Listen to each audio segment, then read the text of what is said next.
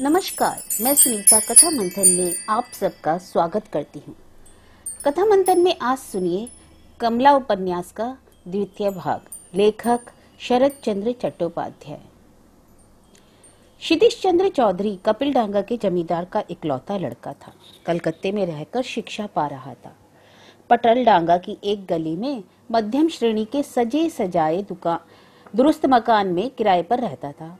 क्षितिज ने उस मकान को बदस्तूर अंग्रेजी ढंग से और कायदे से सजा रखा था। वह प्रेसिडेंसी कॉलेज में बीए के लेक्चर अटेंड कर रहा था। घर में एक नौकर और एक गुमास्ता ही केवल उसके साथ रहता था, लेकिन अक्सर बाहरी लोग, यार दोस्तों का जमघट वहां लगा रहता और हाहाकार इतना मच था कि बाहर से अगर कोई सुने तो लगता था कि कोई ब्याह का काज होने वाला है इस घर में।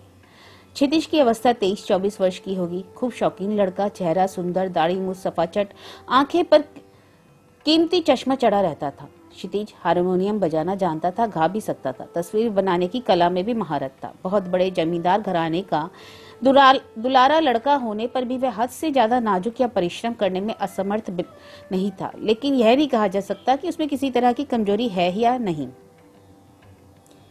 चार हमजोली लोगों, यार दोस्तों के मुंह से अपनी तारीफ सुनना उसे बहुत पसंद था। अतः दौलत का अधिकारी होकर क्षितिज ने संपूर्ण विश्व को प्रथम यौवन के नशे में बहुत ही सुलभ दृष्टि से देखा। गांव वाले घर में उसकी विधवा मां और अवस्था में उससे बहुत छोटी एक बहन रहती थी। क्षितिज का ब्याह अभी तक नहीं हुआ था। विधवा माता ने जिस दिन देख सुनकर एक सुंदर कन्या के साथ उसके ब्याह की बातचीत ठीक करनी चाहिए, उस दिन एक बहुत बड़े अंग्रेजी के उपन्यास को पूरा कर चुकने के बाद उसने लंबी सांस लेकर के कहा, सचमुच यह भी कोई ब्याह है? ना जान ना पहचान एक बनारसी साड़ी की पोटली बंधी हुई कोई लड़की ना जाने कहां से लाकर उसके पास खड़ी कर दी जाए। उसे पीठ में अक्षय बोझ की तरह बांधकर जिंदगी की राह तय करो। मेरे साथ उसका मेल होने में संदेह है। ऐसे बेमेल ब्याह की तो ऐसी की तैसी। उसने अपनी माता से कहा, ब्याह की अभी कोई जरूरत नहीं जान पड़ती। जिस दिन जरूरत मालूम होगी उस दिन तुमसे कह दूंगा। आज मैं कलकत्ते जा रहा हूँ, मेरा कॉलेज खुल गया है, पढ़ाई शुरू हो जाएगी कल से। लड़के की बातें सुनकर मां सन्नाटे में आ गई। खैर, उन्होंने जोर देना उचित न समझा। आकाश की ओर एक बार देखकर लंबी सांस छोड़ने के सिवा और कुछ न कहा। लड़के ने कुछ यह तो कहा नहीं कि वह ब्याह करेगा कि नहीं। कलकत्ते आकर क्षितिज ने मित्र मंडली के बीच अपनी इस मत की घोषणा कर दी कि पहले प्रेम हुए बिना ब्याह नहीं करेगा। पुराने ढंग से ब्याह करना झक मारना है। क्षितिज का मित्र गणेश सब मित्रों से बढ़कर उसका कट्टर भक्त, समर्थक और समझदार था। इसका मुख्य कारण यह था कि गणेश था गरीब, उसकी आर्थिक अवस्था अच्छी नहीं थी और जरूरत होने या ना होने पर अक्सर क्षितिज से उसे सहायता मिला करती थी। घूमने जा रहे हैं, एकाएक गणेश का जूता फट गया। फौरन क्षितिज के कई कीमती जूतों में से एक जूते पर अपना अधिकार जमा लिया। बीच बीच में जोरू या बाल बच्चों की तबीयत खराब होने से वक्त बेवक्त क्षितिज उसकी सहायता, डॉक्टर की फीस, दवा के दाम देता रहता था।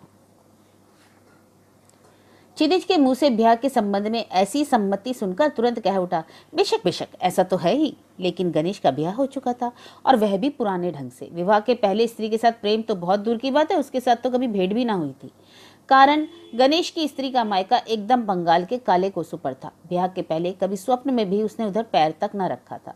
गणेश की बात सुनकर रमेश कह उठा, तुम तो ऐसा ना कहो भाई गणेश, तुम तो ऐसा कहना सुहाता नहीं है तुम पर। तुम्हें तो पहली बीवी मिली, अब फिर चाहे प्रेम भले हो चाहे ना हो। हंसकर क्षितिज ने कहा, जरा भी सब्र ना कर सके गणेश? गणेश बहुत ही करुण हंसी होठों पर लाकर कहा, बड़ी भूल हो गई भाई, पर अब क्या किया जा सकता है।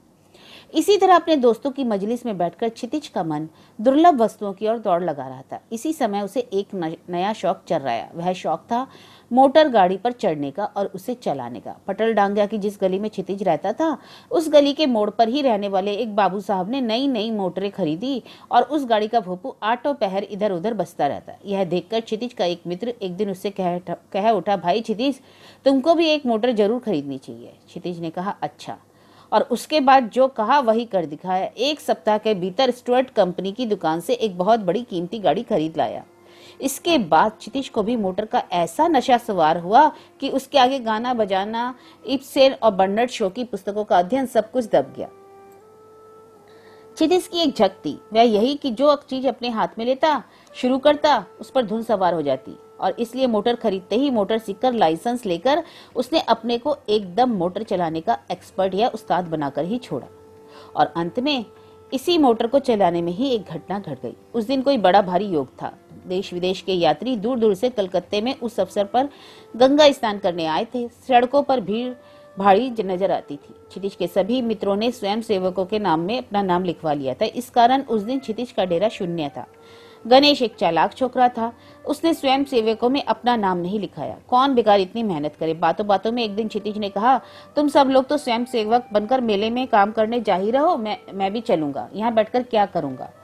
सब दोस्तों के जमा होने पर मोटर चढ़ने से आराम में खलल पड़ता। इसी से गणेश ने निश्चय कर रखा था कि उक्त योग के दिन क्षितिज को लेकर वह मजे में मोटर पर मेले की सैर करेगा। किंतु क्षितिज के मुख से वॉलंटियरों में उसकी भर्ती होने की बात निकलते ही गणेश का जी धक से हो गया। वह चटपट कह उठा, अब तो और किसी को वे लोग भर्ती नहीं करेंगे। जरूरत से ज्यादा नाम आ गए हैं। मैं खुद गया था लेकिन मुझे भी नहीं लिया। अगर उस समय कोई लड़का उस पर बहस करता तो जरूरी गणेश को हार कर झेपना पड़ता, लेकिन उस समय बहस करने लायक किसी के मन की अवस्था नहीं थी। इसी कारण गणेश का मनोरथ बिना किसी विघ्न बाधा के पूरा हो गया। दोपहर भर इधर उधर लोगों की भीड़ में और सड़क पर गाड़ी चलाने की सुविधा नहीं थी, कारण पुलिस का बड़ा कड़ा इंतजाम था। लाचार होकर क्षितिज को सड़क छोड़कर भीड़ से बचकर निकलने के लिए अहरी टोले के एक गली में अपनी मोटर ले जानी पड़ी। रास्ते में कुछ दूर आगे बढ़ते ही क्षितिज ने देखा एक दुकान के सामने लोगों की भीड़ जमा है। क्षितिज ने अपने मन में सोचा, यह तो गंगा किनारे जाने का रास्ता ही, फिर इतनी यहाँ भीड़ क्यों। वह अपनी मोटर की चाल धीमी करके धीरे धीरे आगे बढ़ने लगा। मोटर पर उसका साथी सिर्फ गणेश ही था। उसने सोचा कोई एक्सीडेंट तो नहीं हुआ है। आगे बढ़कर क्षितिज ने देखा दुकान के बरामदे में गुलाब सी सुंदरी और नाजुक एक जवान लड़की जमीन पर बेहोश पड़ी है। उसके घने काले केश कमल फूल पर भ्रमरों की भीड़ के समान चारों ओर बिखरे हुए हैं। चारों ओर रूप राशि का प्रकाश जैसे फैला हुआ है। युवती के मुख पर पानी की छींटें मारी जा रही हैं। उसे मूर्छा आ गई है। क्षितिज के मोटर रोककर नीचे उतरते ही भीड़ में से एक दो आदमी कह उठे, लो एक मोटर गाड़ी भी आ गई। किसी ने कहा, देखो शायद इन्हीं लोगों के घर की औरत हो। लेकिन क्षितिज की भाव भंगिमा देखकर भीड़ के आदमियों को आभास हो गया कि यह औरत उनके घर की नहीं है। तब चारों ओर से लोग आग्रह करने लगे, कौन है, जान पड़ता है यात्री है। क्यों? कोई पूछने लगा, क्यों साहब, आपका घर कहाँ है। इस प्रकार के प्रश्नों की झड़ी और शोरगुल में कुछ विचलित होकर भीड़ को ठेलते हुए आगे बढ़कर क्षितिज ने जो कुछ देखा तो उसका शरीर रोमांचित हो उठा। मनुष्य के शरीर में इतना रूप हो सकता है। तब क्षितिज ने मूर्छित युवती का एक हाथ अपने हाथ में लेकर नाड़ी पकड़कर कुछ गंभीर भाव धारण करके कहा, कलेजे की कमजोरी के कारण ऐसा हुआ है। भीड़ के भीतर से कई आदमी कह उठे, डॉक्टर है भाई, डॉक्टर, अच्छा हुआ। भीड़ की ओर देखकर क्षितिज ने प्रश्न किया, इनका घर कहाँ है। यह तो नहीं मालूम, हम नहीं जानते बाबू साहब। क्षितिज, यहाँ इनका कोई आदमी है, इनके साथ कोई था। यह भी कहा नहीं जा सकता। कितनी देर से यह इस हालत में है। उत्तर मिला, यह तो हम नहीं जानते, सड़क के ऊपर पड़ी थी, उठाकर बरामदे में लिटा दिया गया। हम लोग पुलिस में खबर देने का विचार कर रहे थे कि इसी समय आप आ गए। इसके साथ ही अस्पष्ट में क्षितिज के कानों में एक भनक भी आई, कौन जाने किस जाति की है, कैसी स्त्री है। एक कोने से एक बेहुदा इशारा भी किसी ने किया। क्षितिज ने युवती की मुख को फिर से देखा। सुंदर निर्मल मुख, उसके बुरे विचार की झलक भी ना थी। क्षितिज का मन कह उठा, जिसका मुख ऐसा सुंदर और निर्मल है उसका बाजारू औरत होना सर्वथा असंभव है। उसने पुकारा, गणेश। गणेश आगे बढ़ाया, बोला, क्या। चलो इन्हें मोटर से अस्पताल ले चले, नहीं तो बेचारी की जान पर आ बनेगी। हाँ या ना कुछ भी गणेश के मुंह से ना निकल सका। वह अवाक होकर उस रूप राशि की ओर ताक रहा था। एकाएक क्षितिज के शब्दों ने चौंका दिया। वह कह उठा, हाँ चलो। उसके बाद उस विस्मित स्तंभित लुब्ध जनता के बीच से पद भवन के पद्म पुष्प की तरह उसी रूपवती को दोनों मित्र पकड़कर मोटर पर ले गए। क्षितिज ने मोटर चला दी। उस समय वहां एक प्रकार का शोरगुल फिर होने लगा। रास्ते भर क्षितिज के मन में एक प्रकार की हलचल मची रही। क्या किया जाए, क्या किया जाए। हरिसन रोड के मोड़ पर होकर क्षितिज की गाड़ी जब दाहिनी ओर के रास्ते पर मुड़कर सीधे सियालदा की ओर चली, तब गणेश कह उठा, यह क्या, कैम्बल अस्पताल चलोगे, मेडिकल कॉलेज नहीं जाओगे। क्षितिज को कुछ लज्जा मालूम पड़ी। पहले उसकी मुंह से कुछ उत्तर ना निकल सका। किसी तरह जबरदस्ती संकोच के भाव को हटाकर कहा, इसी भले घर की औरत जान पड़ती है भाई, चट से अस्पताल ले जाना और वहां अकेला छोड़कर आना क्या ठीक होगा। इसे तो डेरे पर ले चलना ही ठीक होगा। डॉक्टर को बुलाकर दवा का और नर्स का बंदोबस्त कर दूंगा। उसके बाद कुछ आराम हो जाने पर इनके घर का पता पूछकर खबर दूंगा। डेरे पर आकर क्षितिज ने दवा और सेवा का पूरा प्रबंध भी कर दिया। डॉक्टर बुलाया गया, नर्स और नौकरानी भी रखी गई। घर की दूसरी मंजिल पर रोगी के रहने के कारण इष्ट मित्रों की गति नीचे के खंड तक ही रह गई। डॉक्टर आराम करने के लिए कह गया। कि किसी तरह के मेंटल शॉक के कारण ऐसा हुआ है। एकदम बेहोश नहीं है, बीच बीच में होश भी आता है और फिर बेहोश हो जाती है। भय की कोई बात नहीं है। उस दिन क्षितिज ने नर्स के साथ उक्त सुंदरी के सिरहाने बैठकर जागते रहकर ही सारी रात बिता दी। गणेश का वहां रात भर रहना संभव नहीं था। इस कारण प्रेम होने के पहले ही ब्याह होने पर भी उसकी स्त्री जीवित थी। इसके सिवा ब्याह हुए अभी अधिक दिन भी न हुए थे। युवती के सिरहाने बैठे बैठे क्षितिज कितनी बातें सोच रहा था। मन को कल्पना के गुब्बारे पर चढ़ाकर अपने भविष्य की असीम आकाश में छोड़ दिया। इन दोनों मुंदी हुई आंखों की तह में कौन सा और क्या असीम रहस्य छिपा है? कब तक वह रहस्य उसकी प्यारी आंखों के आगे आवेगा? रात भर कल्पना उसे कितने ही चित्र दिखाती रही। क्षितिज बार बार पलंग पर बेहोश पड़ी युवती को और व्याकुल दृष्टि से ताकने लगा। उस समय 10 बजे होंगे कि औरत ने आंखें खोलकर देखा।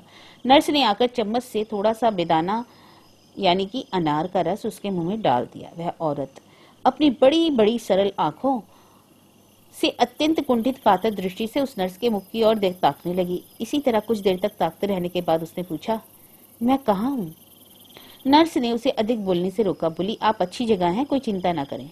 और मेरे पिता और माँ कहाँ हैं? नर्स ने इस प्रश्न का कुछ उत्तर नहीं दिया। उस औरत के संबंध में नर्स की को कोई विशेष ज्ञान नहीं था। वह रास्ते से उठाकर लाई गई है, इस घर में उसका कोई संबंध नहीं है, यह हाल नर्स को मालूम न था। क्षितिज थोड़ी ही दूर पर आराम कुर्सी पर पड़ा हुआ एक किताब पढ़ रहा था। नर्स ने क्षितिज की ओर एक बार जिज्ञासा की दृष्टि से देखा। क्षितिज पास कर खड़ा हुआ। उस औरत ने कहा, यह आपका घर है? जी हाँ। मेरे बाप कहाँ गए? मुझे मालूम नहीं, पता लगाकर खोज करके आपको बताऊंगा। आप कुछ चिंता न करें, घबराएं नहीं, आपको कुछ डर नहीं। वह स्त्री चुप होकर खड़ी रही। सामने के द्वार की खिड़की खुली थी। उसके भीतर से उसने अपनी आलस्य भरी दृष्टि को बहुत दूर तक पहुंचा दिया। असीम आकाश में छाई धूप मकानों पर पड़ रही थी। उसी धूप की सुनहरी आभा में चमक रही दो एक चिड़ियां इधर उधर उड़ रही थी। तभी कुछ उसे याद पड़ता था। सब अस्पष्ट और धुंधला। एक भारी भीड़ थी, खूब शोरगुल हो रहा था। आदमियों की भीड़ धक्का मुक्का करती हुई उसके ऊपर आ पड़ी। उसी धक्के से छिटककर वह साथियों से बहुत दूर चली गई। माँ बाप का साथ छूट गया। भीड़ हट जाने पर उसने आंख उठाकर देखा, पहचाना वह मुख कोई ना था। वैसे ही भय के मारे शरीर कांप उठा, सिर में चक्कर आने लगे। संभलने के पहले ही आंखों के आगे अंधकार छा गया। उसका मन चिंता के अपार सागर का किनारा न पाकर इधर उधर दूर दूर चक्कर लगाकर एकदम थक गया और थकी हुई आंखें अपने आप ही बंद हो गई। 7-8 दिन बाद उस औरत का शरीर स्वस्थ हो गया। मन की अवस्था भी सहज हो गई। वह उठकर 2 मंजिले पर ही इधर उधर थोड़ा टहलने लगी। क्षितिज ने कई दिनों से यार दोस्तों की सोहबत एक तरह से बिल्कुल छोड़ ही दी थी। दिन रात 2 मंजिले मकान के दूसरे कमरे में जो उस औरत के पास था पड़ा रहता। दोपहर के वक्त उस स्त्री बिछौने पर लेटी हुई थी। इसी समय क्षितिज ने आकर पूछा, आपकी तबीयत अच्छी है ना? वह हड़बड़ा उठी। जी हाँ, अब तो अच्छी है। शरीर में ताकत आई जान पड़ती है? हाँ जी, मालूम पड़ता है। आपका घर कहाँ है? आत्मीय स्वजन कौन कौन है इसके सिवा रास्ते में उस दिन? सुनते ही स्त्री फूट फूट कर रोने लगी। चारों ओर दुर्लभ्य दीवार खड़ी है। रास्ता कहाँ है? उसके घर जाने की राह कहाँ है? इस अज्ञात अपरिचित स्थान में 8 पहर कैदी की तरह रहते रहते उसका मन जैसे ऊब उठा था। उसके सिवा उसके भविष्य का कुछ निश्चय नहीं। उसकी आंखों से आंसू बह चले। क्षितिज ने कहा, आप रोइए नहीं, अपना संपूर्ण परिचय खुलासा करके बतलाइए, तभी तो मैं वहां खबर भेजने का प्रबंध कर दूंगा। जरूरत होगी तो मैं खुद आपको आपके घर छोड़ाऊंगा। उस औरत ने सब हाल कह सुनाया। कलकत्ते से थोड़ी ही दूर देहात में उसका घर है। चिंतामणि योग के दिन गंगा स्नान करने के लिए माँ बाप के साथ कलकत्ते आई थी। एक चौराहे पर बड़ी भारी भीड़ थी। वहीं पर धक्के खाकर आदमियों के रेले में आकर साथ छूट गया। पहले उसे साथ छूटने की कोई खबर न थी। बहुत दूर पहुंचने पर, भीड़ छूट जाने पर उसने देखा माँ बाप का कुछ पता नहीं है, ना ही साथ की कुछ औरतें नजर आ रही हैं। भीड़ के धक्के में पड़कर वह बहुत दूर चली आई है।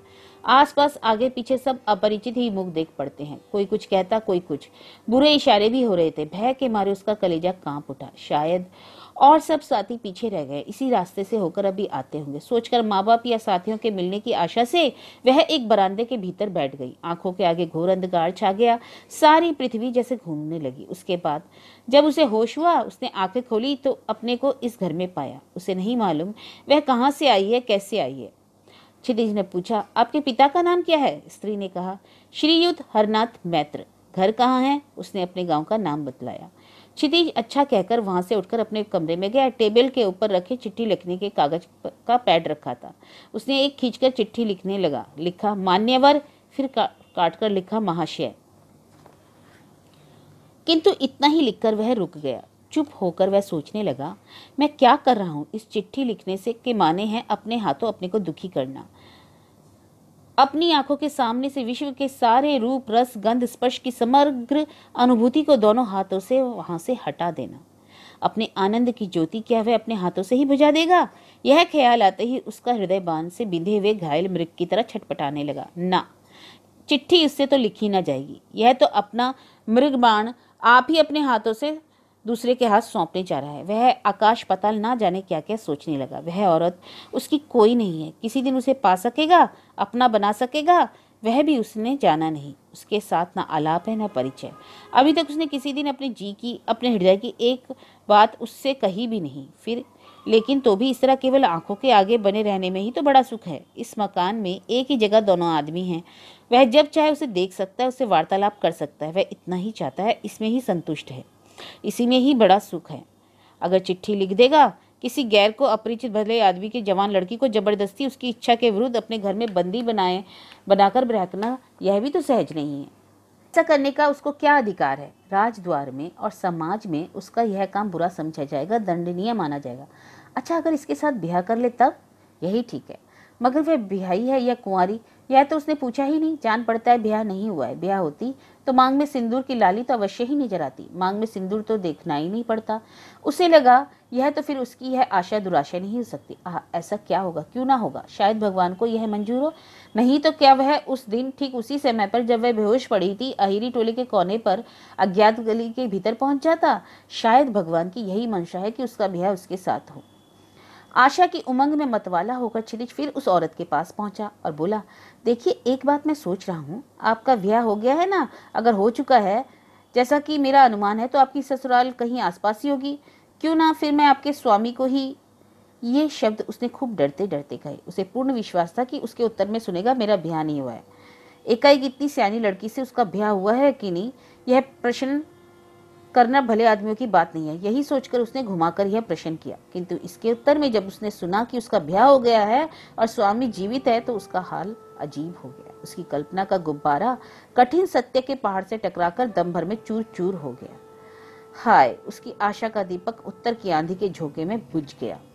दम भर बाद अपने को संभालकर क्षितिज ने फिर पूछा, देखिए, कई दिन से आप मेरे डेरे में हैं। उधर आपका पता न लगने से चारों ओर ढूंढ मची होगी। यह खबर सब लोगों के कानों तक पहुंच गई होगी। छोटे से गांव में तो ढिंडोरा ही पिट गया होगा। ऐसी दशा में आपके पिता को चिट्ठी लिखने से समाज में क्या झगड़ा ना उठ खड़ा होगा? इससे तो मेरी समझ में यही अच्छा होगा कि खुद जाकर सभाल धीरे से समझाकर वहां कहा जाए। नहीं तो तरह तरह की अफवाहें फैल जाएंगी, एक आंदोलन उठ खड़ा होगा। इतना ही कहकर वह चुप हो गया। उसके बाद 2 बार खांसकर गला साफ करके क्षितिज ने फिर कहना शुरू किया, अर्थात समझी कि नहीं, इसमें मेरी भी कुछ जिम्मेदारी है कि नहीं? इतने दिन हो गए, कोई खबर नहीं दी गई। सहसा आज, अच्छा, कलकत्ते में क्या कोई आपका आत्मीय स्वजन नहीं है? वह स्त्री सोचने लगी। बहुत देर तक सोचती रही। क्षितिज अतृप्त दृष्टि से उसकी ओर ताकता रहा। यह देखना कितनी देर के लिए है। वह रूप राशि उसके जीवन की राह में अभी शीघ्र ही सदा के लिए अंतर्धान हो जाएगी। उसके साथ फिर कभी भेंट ना होगी। उसे देख पाने की संभावना भी नहीं रह जाएगी। एकाएक उस स्त्री ने कहा, देखिए, यहाँ कलकत्ते में ना मेरे एक दादा रहते हैं, कॉलेज में पढ़ते हैं। पता लगाकर उन्हें अगर ला सके तो अच्छा रहेगा। धड़कते हुए कलेजे से क्षितिज ने कहा, उनका नाम क्या है? स्त्री, श्री हरेंद्र नाथ मित्र। क्षितिज, मित्र? आपके दादा? वह तो कायस्थ है और आप ब्राह्मण। वह गांव के नाते मेरे भाई लगते हैं। उनके बाप गांव के जमींदार हैं। हमारे घर के पास ही उनका घर है। कायस्थ होने पर भी सगे भाई के समान है। क्षितिज, किस कॉलेज में पढ़ते हैं? कहाँ रहते हैं? यह तो मैं नहीं जानती। अच्छी बात है, मैं भी उनकी खोज में जाता हूँ। जमींदार का लड़का बतला है ना, कॉलेज में पढ़ते हैं। कॉलेज में ही उनका पता लगेगा। देखूं, अच्छी बात है, मैं मिल जाए तो क्या कहूंगा। हरनाथ बाबू की लड़की। अच्छा, आपका नाम क्या है? स्त्री, जी, मेरा नाम है कमला देवी। क्षितिज उसी समय घर से चल दिया। कमला खिड़की पर खड़ी होकर उदास शून्य दृष्टि से बाहर ताकती हुई क्षितिज के बारे में सोचने लगी। घर में कोई स्त्री नहीं है, लेकिन सभी काम कैसी श्रृंखला के साथ सुख संपन्न से हो रहे। क्षितिज